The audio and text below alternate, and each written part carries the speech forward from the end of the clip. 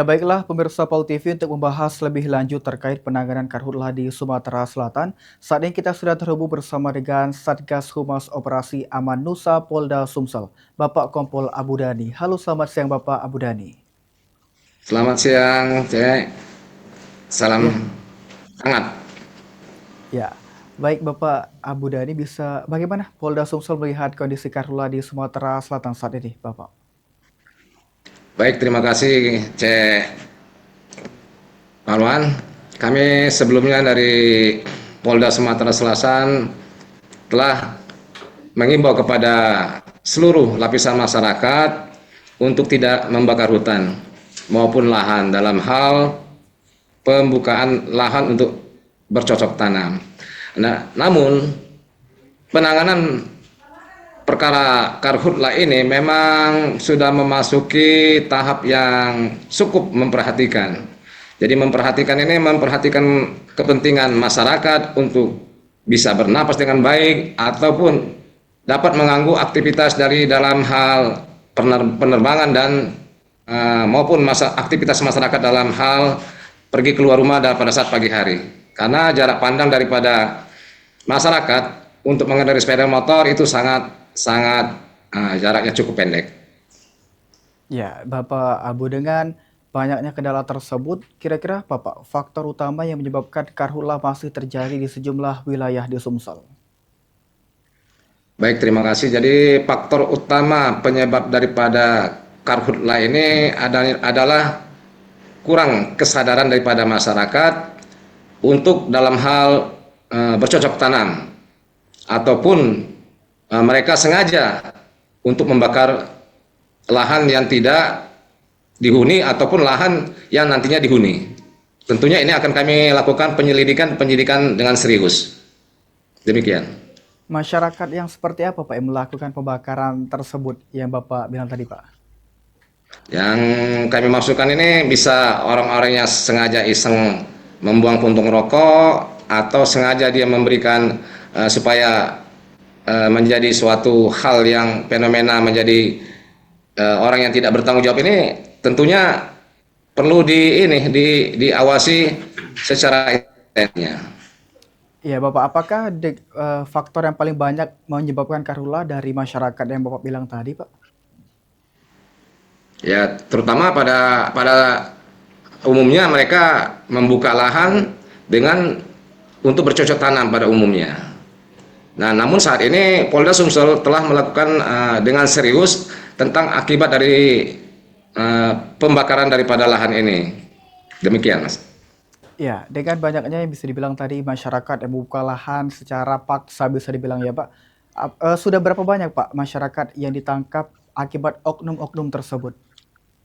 Baik, terima kasih. Jadi saat ini Polda Sumsel update untuk tentang penanganan perkara. Pada saat ini kami telah melakukan 20 orang dilakukan penahanan dari total jumlah perkara itu 16 perkara.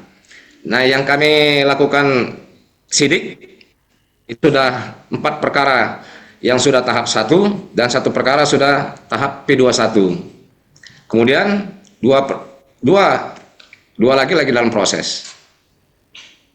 Berarti total ada sekitar 16 perkara berarti Pak. Apakah 16 perkara tersebut tersebar di Sumatera Selatan ataupun terdapat memang di tempat-tempat tertentu Pak?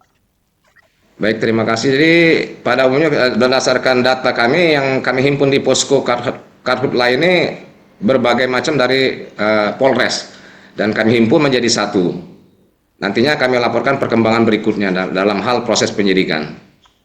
Di daerah mana Pak yang terdapat mungkin salah satu oknum yang membuka lahan secara paksa yang mungkin memang menjadi eh, potensi ataupun perhatian khusus bagi Polda Sumsel? Aduh, ini apa? Salah satunya adalah yang menjadi atensi adalah daerah Oku dan Oki yang jadi atensi. Berarti dari daerah Oku dan juga Oki yang menjadi perhatian bisa dibilang ya Pak. Namun seperti apa Pak langkah preventif ataupun mungkin koordinasi yang telah dilakukan oleh Polda Sumsel sejauh ini terkait dengan karhutla Pak? untuk langkah yang telah kami ambil, Polda Sumsel telah melakukan mitigasi dengan berbagai pihak maupun stakeholder yang ada. Terutama Bapak Kapolda telah membuat sosialisasi kepada tokoh agama, tokoh masyarakat maupun tokoh pemuda untuk tidak melakukan pembakaran lahan dan hutan ini. Tujuannya apa? Supaya kita dapat menghirup udara dengan segar, dapat beraktivitas dengan baik.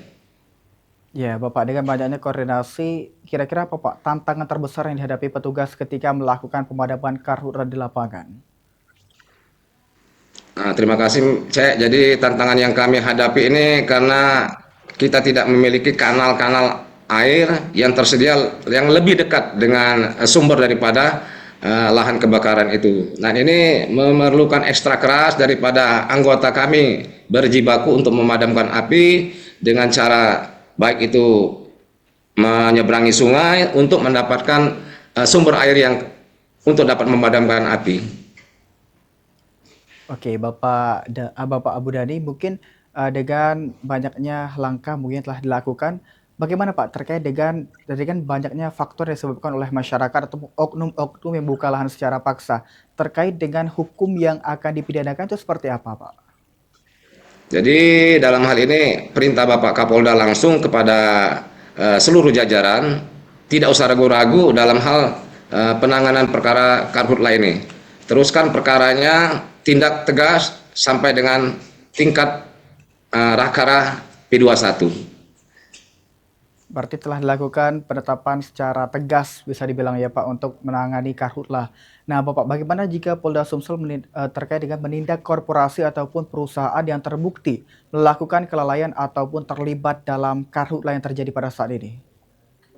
Baik, terima kasih Cek. Jadi kalau masalah korporasi ini dengan pihak-pihak yang terkait nanti kita laporkan secara update lagi kepada media hasil dari investigasi daripada reskrim kami nantinya dalam hal tahap sidiknya nanti.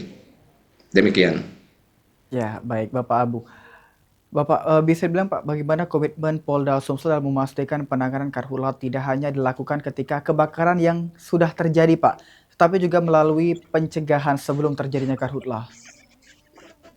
Baik, terima kasih. Jadi kami sejauh terjadinya karhutla ini kami selalu menghimbau kepada masyarakat untuk jauh-jauh hari sebelum situasi kemarau ini terjadi, kami telah melakukan beberapa langkah-langkah atau mitigasi, membuat konten maupun melakukan kepada tokoh masyarakat dan tokoh agama maupun tokoh pemuda untuk tidak melakukan pembakaran hutan dan lahan ini.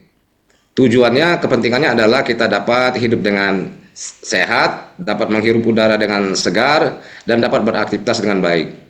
Berarti kuncinya di mengedukasi masyarakat ya Bapak Abu Dhani. Ya. Ya, Pak, mungkin yang terakhir Pak, boleh pesan Polda Sumsel kepada masyarakat Sumatera Selatan dalam menghadapi musim kemarau dan potensi terjadinya karhutla pada saat ini. Baik, terima kasih. Jadi dalam hal situasi saat ini, karena terjadinya kemarau ini musim dipanjang dengan musim El Nino ini sangat panjang sekali, maka dari itu untuk berhati-hati untuk tidak melakukan pembakaran, baik pembakaran yang bersifat kecil. Kita ambil saja contoh pembakaran, misalnya kita bakar sampah dekat rumah. Nah, yang kita takutkan nantinya dengan pembakaran sampah ini yang kecil saja bisa terbawa oleh angin. Namun kita kan tidak bisa baca itu, Cek, karena situasi mungkin angin ini bisa jadi ada angin puting beliung. Ini sampah ini akan dibawa oleh angin dan bisa menyebar kemana-mana. Maka dari itu lebih baik kita tidak usah melakukan pembakaran pada saat musim kemarau ini. Demikian. Baik, terima kasih Bapak Abu. Jadi yang diharapkan adalah masyarakat tidak membuka ataupun membakar sampah ataupun membuang puntung rokok sembarangan, Bapak Abu. Ya, terima kasih Bapak Abu Dhani telah bergabung bersama kami pada siang hari ini. Selamat melanjutkan aktivitasnya kembali, Bapak Abu Dhani. Siap, terima kasih.